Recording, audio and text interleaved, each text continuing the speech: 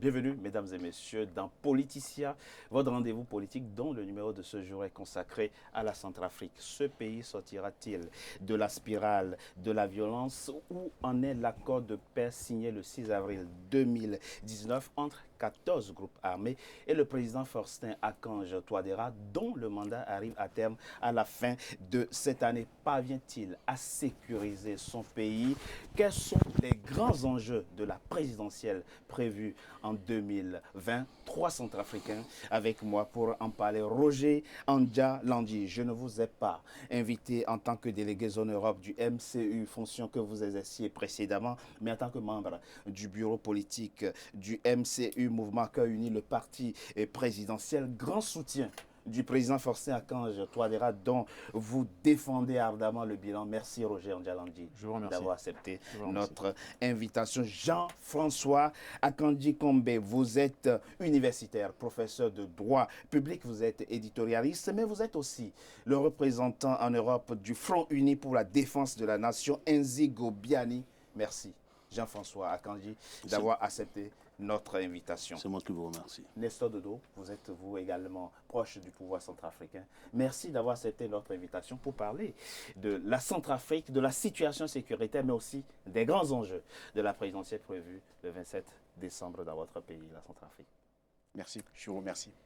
6 février 2019, le président Faustin Archange Touadéra signe avec 14 groupes armés un accord de paix, le 13e du genre qui est censé entériner le processus de paix entamé depuis 2012. Mais que reste-t-il aujourd'hui de cet accord? Nous avons posé la question au journaliste Pacom Pabandji. Il est journaliste, reporter, écrivain, auteur du livre La loi des machettes, publié aux éditions Paris et du Livre. On l'écoute rapidement, on en parle après.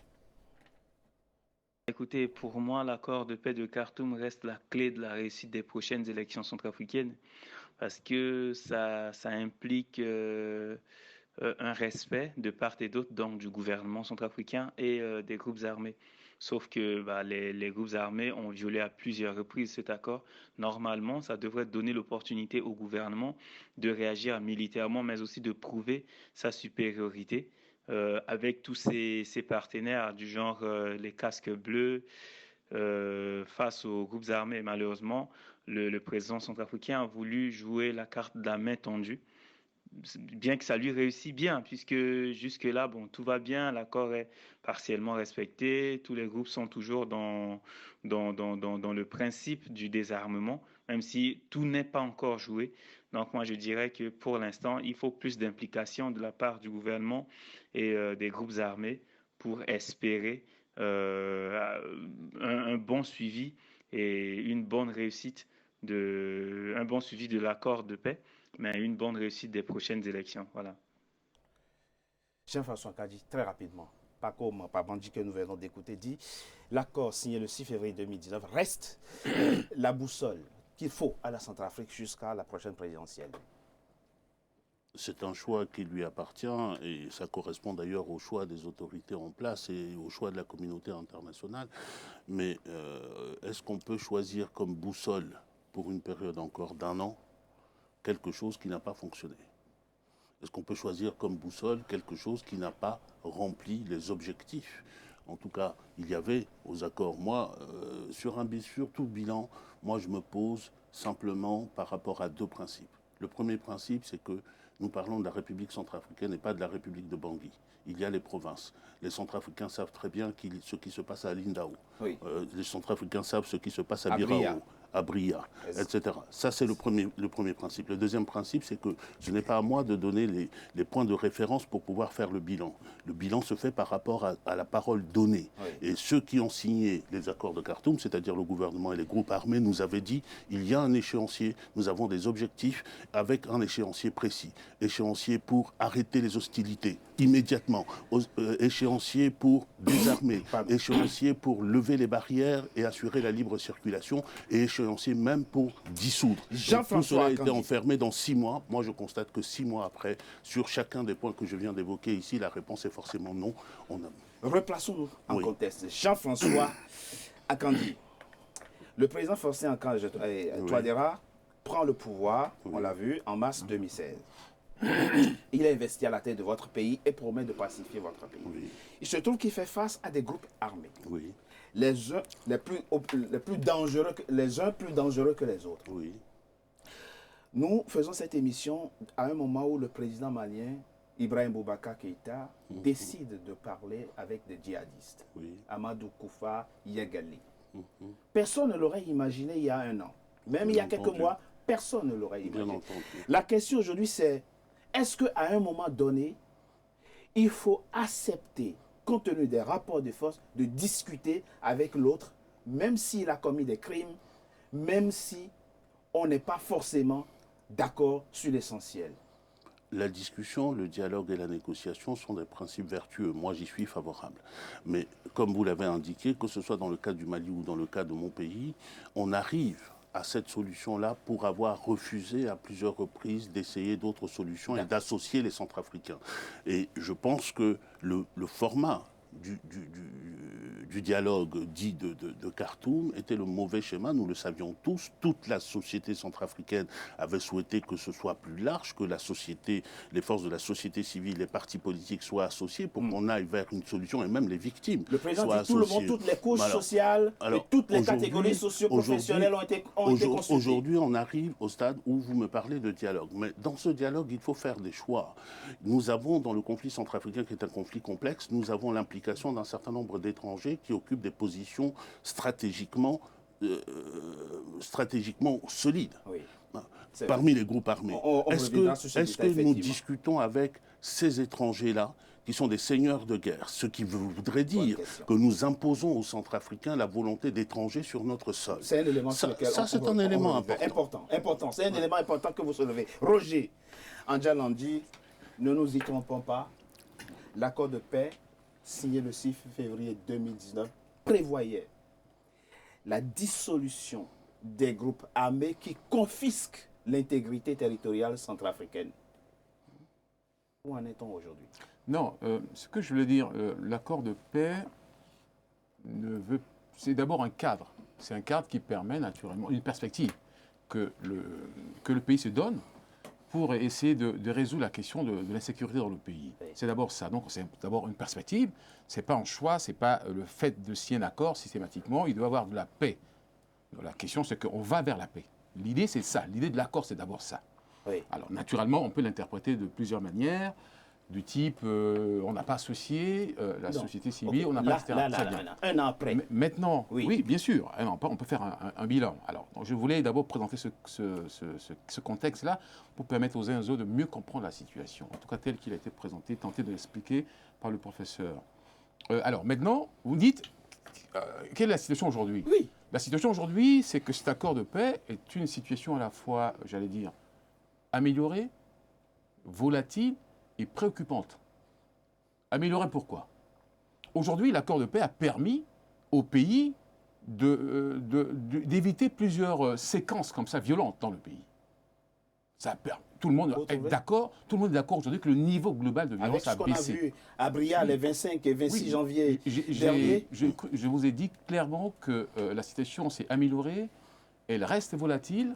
Et il y a des éléments de préoccupation. Est-ce que le président Faustin Archange Touadéra n'a pas aujourd'hui le sentiment de s'être fait berner? Non. Accatons pas cet accord. On a aujourd'hui une situation, vous avez des gens qui participent au pouvoir à Bangui et qui sont comme hommes, des commandants de zone à l'intérieur du pays et qui font exactement le contraire de ce qu'ils disent à Bangui. Cette sémantique-là est aujourd'hui utilisée globalement par une partie de l'opposition centrafricaine. C'est faux. C'est une sémantique qui permet de déformer une situation. Nous parlons des faits. Oui, mais je suis là dans les faits. Parlons des faits, pas de sémantique. Oui, mais les faits, ils sont présentés par une sémantique. Vous comprenez avec moi. Alors, à partir de ce moment-là, quand on utilise une sémantique pour déformer une situation, naturellement, on peut penser à une trahison, quelle est la etc. D'accord. La réalité, c'est que nous, on s'est donné un cadre aujourd'hui pour permettre de sécuriser le pays. Autrement dit, quel est le choix alternatif? Il n'y a pas d'autre choix, sinon de faire la guerre. Et je crois, aujourd'hui, les autorités ont la meilleure connaissance de l'ossature de l'État pour ne pas envisager entraîner le pays dans une guerre. C'est ça, là, être réaliste. Et donc, permettre à l'État, en tout cas du moins à l'exécutif, d'avoir les moyens un moyen réel d'exécution. Peut-on avoir encore pire en Centrafrique? Je préfère que M. Dodo, qui soutient également l'action, je sais que Roger Andjalandji n'aime pas entendre ça, mais on est dans une situation aujourd'hui où 80% du territoire centrafricain échappe complètement au pouvoir. Et on en est là 1 an après la signature de cet accord. Roger Andjalandji dit la seule alternative, c'est la guerre. Oui, ça c'est la position, moi je pense que Roger Andjalandji a raison, ça c'est la position de l'opposition. C'est-à-dire que pour l'opposition, il fallait entrer en guerre au lieu de discuter avec l'opposition. Avec le groupe armé. Mais quand vous dites que 80% des territoires centrafricains sont occupés par... C'est pas moi qui le dis, hein. Sont occupés par le groupe armé, oui. Mais dans la réalité, l'ouest de la République centrafricaine, elle est pacifiée. Le sud-ouest est pacifié, le nord-ouest est pacifié. Il n'y a que 3 zones en Centrafrique en ce moment. Non, on vous parle du déploiement de l'État, de l'autorité de l'État. Mais quand je vous dis l'ouest et le nord-ouest sont pacifiés, c'est pas qu'au fur et à mesure que ces régions sont pacifiées, il y a l'installation et le déploiement de l'État. Aujourd'hui, il y a 3 poches qui sont subversives. C'est Ndélé, c'est Bria et Alindao. Pourquoi?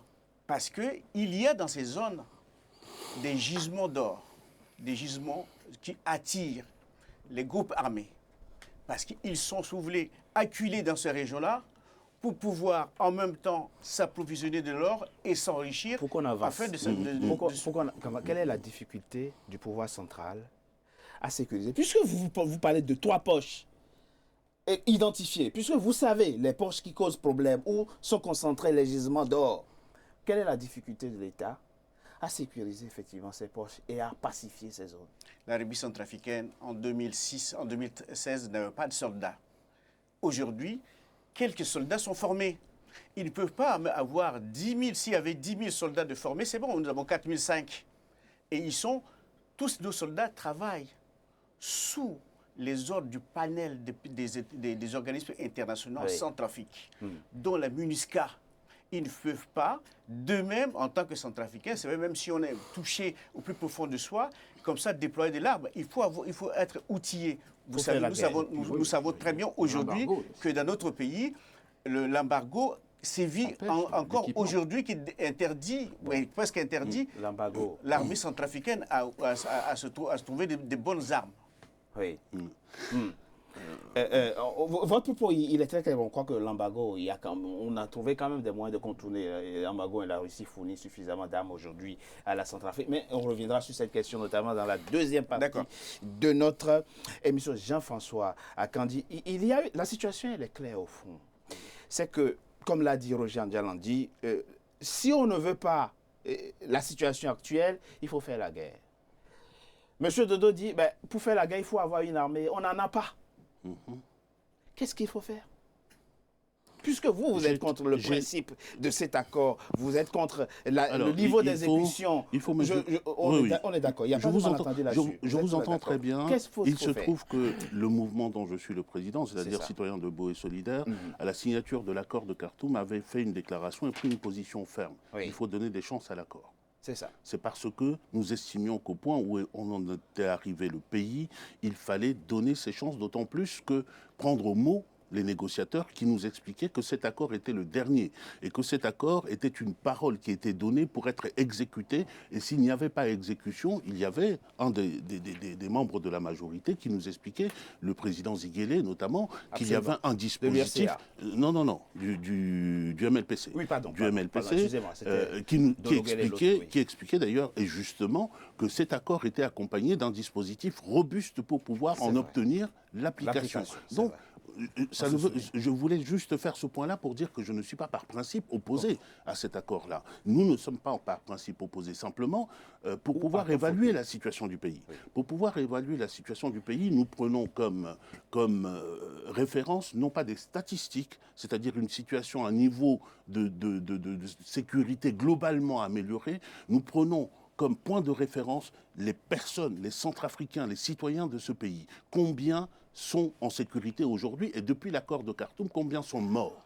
Et pendant on faisait les festivités à Bangui il y a quelques jours, on aurait pu au moins observer une minute de silence à la mémoire de ces milliers de personnes qui sont néanmoins mortes sous l'accord de Khartoum. Et sur l'accord de Khartoum, pour répondre à votre question maintenant, sur l'accord de Khartoum lui-même... Qu'est-ce qu'il aurait fallu faire? Qu'est-ce qu'il aurait fallu faire?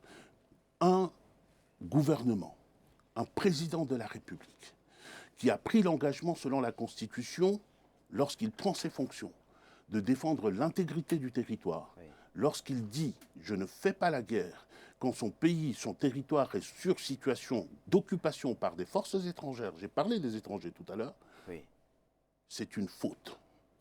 Deuxièmement, lorsqu'on est à la tête d'un État, on a différentes stratégies, il faut de la volonté politique. J'observe que la République centrafricaine ne dispose pas seulement de son armée. Nous savons à quel point se trouve l'armée de la République centrafricaine, les forces armées centrafricaines. Ils sont en reconstruction. Mais le gouvernement dispose aussi de la ressource des forces internationales et ces forces internationales ont un mandat d'accompagnement des décisions. Mais pas de désarmement des groupes armés. Non, on est d'accord. Non, d'accompagnement. Oui. Et la nuance est dans les mots. Non, mais ça peut aller jusqu'au désarmement dès lors qu'il s'agit de l'optique de la protection de la population, mais il faut que des ordres clairs et des priorités claires soient exprimés par le gouvernement et par le président de la République pour que ça puisse se faire. Et puis, par ailleurs, nous avons un autre levier. Ce gouvernement et sous cette présidence-ci, il y a des accords de défense qui ont été signés avec un certain nombre de pays africains, notamment. Il y a un accord de défense qui a été signé avec l'Angola. Un accord de défense qui a été signé avec le Rwanda. Il y a donc plusieurs éléments dans le dispositif qui peuvent être mobilisés et qui doivent être mobilisés. Et que nous dit le président aujourd'hui, lorsqu'il réunit les chefs des groupes armés pour fêter le premier anniversaire des accords de Khartoum, il est temps de passer à la manière forte. Ça ne veut pas dire qu'on est obligé de passer à la guerre. Nous sommes dans une situation de guerre que nous n'avons pas déclarée, qui nous a été déclarée. Il faut réagir. Alors, on ne peut pas réagir vous dites, et sans réagir la guerre vous par la force. Jean-François Akandi, vous dites les groupes armés qui sont actifs en Centrafrique ne sont pas centrafricains. D'où l'essentiel. Et qui sont leurs soutiens? Alors, on nous explique par exemple que Ali Darassa serait devenu centrafricain, mais Ali Darassa n'est pas centrafricain. Il a une longue histoire en République centrafricaine dans la rébellion. Et soit dit en passant, Ali Darassa n'occupe pas seulement une poche de la République centrafricaine, il occupe une portion de territoire qui représente aujourd'hui près du quart du pays. Mais ces combattants sont centrafricains. La Waka, le Mbomu, la Basse-Koto, le Haut-Mbomu, la Haute-Koto, tout ça est occupé par Ali Darassa au point où il va nommer des préfets, il nomme des sous-préfets. Le gouvernement réagit en déplorant, mais il maintient ses sous-préfets, il maintient ses préfets. Et il va même, à Alindao, faire injonction au gouvernement pour interdire aux forces armées centrafricaines de circuler dans la ville. Donc on est dans cette situation-là. Il ne s'agit pas de poche. Il a des Centrafricains qui ont suivi. Mais le commandement, dans des affaires comme celle-là, il ne s'agit pas simplement de voir qui tient le fusil. Il y a des Centrafricains qui sont désespérés, qui ont été désespérés par des situations des gouvernements précédents et qui ont pris les armes. Mais les commandements, et autour d'Ali Darassa, dans son état-major, il n'y a pratiquement que des étrangers. Il y a Sidiki, qui a aussi un état-major composé essentiellement d'étrangers. Donc nous sommes dans une situation d'occupation. Et d'occupation. Mais ça nous renvoie à la problématique soulevée. Étrangers ou pas étrangers, il faut les désarmer. Pour les désarmer, alors, il faut avoir les moyens. Mais j'observe juste une chose, juste une dernière chose très brièvement. Ces derniers temps, il y a un fait qui s'est posé à Bangui. Il y a eu un procès. Un procès d'Anti-Balaka de Bangassou. Élément très très important dans l'histoire du pays. C'est la justice qui passe. Absolument. Malheureusement, le citoyen que je suis constate que la justice passe toujours d'un seul côté. En même temps qu'on jugeait des anti-Balaka, on recevait à la présidence de la République des Séléka, c'est-à-dire ceux qui ont tué le plus massivement. C'est-à-dire François Bozizé. Non, je ne parle pas de François Bozizé, je parle des autres. On en parle précisément dans la deuxième partie de notre émission. Nous marquons une courte pause, on revient dans un instant pour évoquer justement l'audience accordée il y a quelques jours par le président Faustin Archange Touadéra à François Bozizé qui a pris soin de revenir à Bangui, un an avant la présidentielle prévue le 27 décembre 2020 dans votre pays. À tout de suite.